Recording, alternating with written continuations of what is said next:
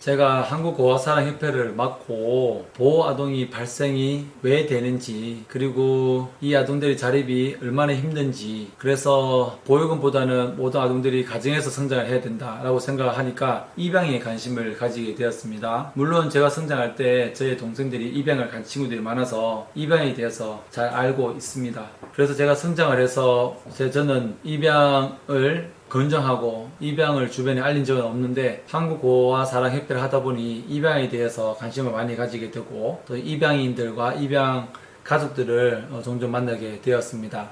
그런데 입양인들을 보니까 사실 고아들하고 조금 관련성이 많더라고요. 입양을 간 친구들이 고아였던 것입니다. 그래서 입양을 컨퍼런스 같은 데 가서 발표도 하고 그랬었는데, 그분들이 보면 입양을 할 때 보육원에 가서 이 아이들을 안아보고 또한 선한 마음이 생겨서 이 아이들을 입양한 경우가 있습니다. 근데 정말 훌륭하신 분들께서 입양을 하게 되는데, 우리가 입양을 왜 하려는데 부담을 느낄까? 그랬을 경우에 입양에 대해서 잘 모르기 때문이다. 그래서 저는 우리 보통 사람들이 고아에 대해서 잘 모른다, 보육원에 대해서 잘 모른다, 보육원에 대해서 잘 알아야 때에 이 보호종료 청년들에 대한 어떤 제도에 대한 관심도 가질 수 있겠다라는 생각이 되어지고, 그 다음에 입양을 했을 경우에 공개 입양도 있지만 또 공개를 하지 않는 분들도 계시죠. 그렇듯 고아들도 공개를 적당히 해야 될 때는 해야 한다라는 생각도 듭니다.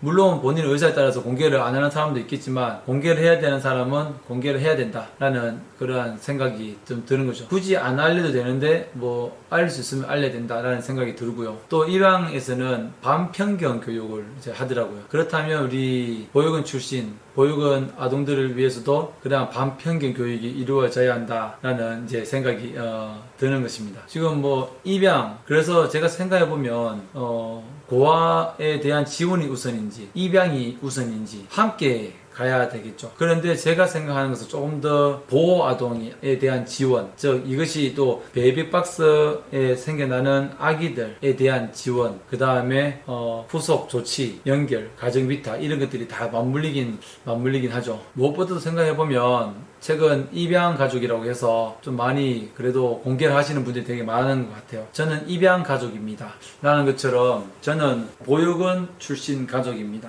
이러한 말들도 나쁘진 않다라는 생각이 듭니다. 그래서 다양한 가족, 우리 입양 가족, 한부모 가족, 위혼부모 가족, 그리고 우리 보육원 출신 가족, 이러한 것들이 계속 널리 어떻게 보편적으로 이루어진다면 고아인 친구들, 보육원에 사는 친구들도 그러한 어떤 인식들이 좋아지지 않겠나라는 좀 생각이 들고, 여러분 고아원은 이제 없어졌습니다. 그런 말은 쓰지도 않고요.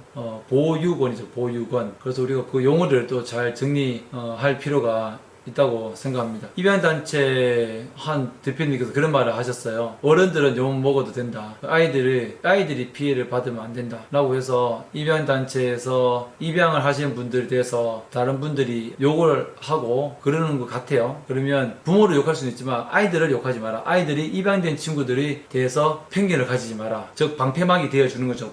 입양 가족들이, 입양 부모들이. 그래서 싸우기도 하고 어떤 또 입양 단체에서 여러 가지 기자회견도 하고 그러한 또 활동을 많이 합니다. 고아들을 위한 우리 사회에 있는 모든 우리 국민들이 좀 불편해하고 좀 욕을 먹을 수 있지만, 보육원에서 성장하는 아이들은 피해를 받지 않아야 되겠다라는 생각이 또 문득 든 겁니다. 보육원에서 사는 아이들이 왜 차별적인 그러한 사회 나오기도 전에 낙인 찍히고 사회적 범죄자나 사창가나 유흥업소 취직할 수 있고 노숙자, 잠재적인 범죄자로 낙인 찍혀야 하는지, 피해를 받으면 안 되잖아요, 아이들이. 그래서 여러 곳에서 제가 말씀을 드렸지만, 어떤 이 아이들을 보살피는 책임과 의무는 이 아이들이 고스란히 짊어져야 하는 십자가 같은 것이 아니라 우리 사회의 도덕적인 의무인 것을 우리가 잘 기억을 하고, 오늘은 전반적으로 제가 입양에 관심이 있지만 저는 세 자녀가 있어서 또 여러 가지 상황에 의해서 제가 입양을 하지 못했지만, 입양은 추진되어야 하고 건장해야 되는데, 이 입양을 가기 전에 보육원에 있는 아이들이 절대로 피해를 받지 않도록, 그리고 입양단체에서 종종 또 말씀을 하는, 입양이 된 친구들은 축복을 받았다, 그리고 보육원에 있는 아이들이 힘들게 살아가고 있다,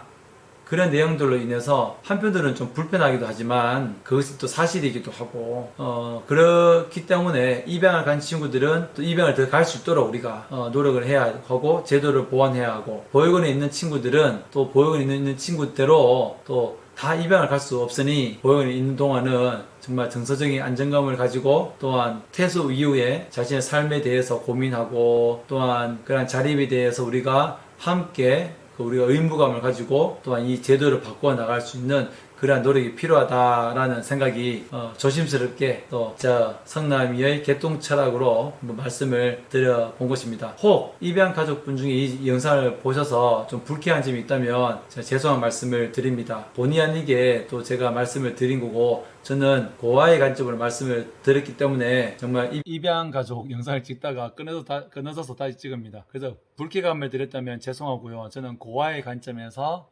정말 보육원에 있는 아이들이 올바르게 또 제대로 된 어떤 지원을 받고 또 피해를 받지 않는 그런 관점에서 말씀을 드렸으니까 잘 양해를 해주시면 감사하겠습니다. 감사합니다.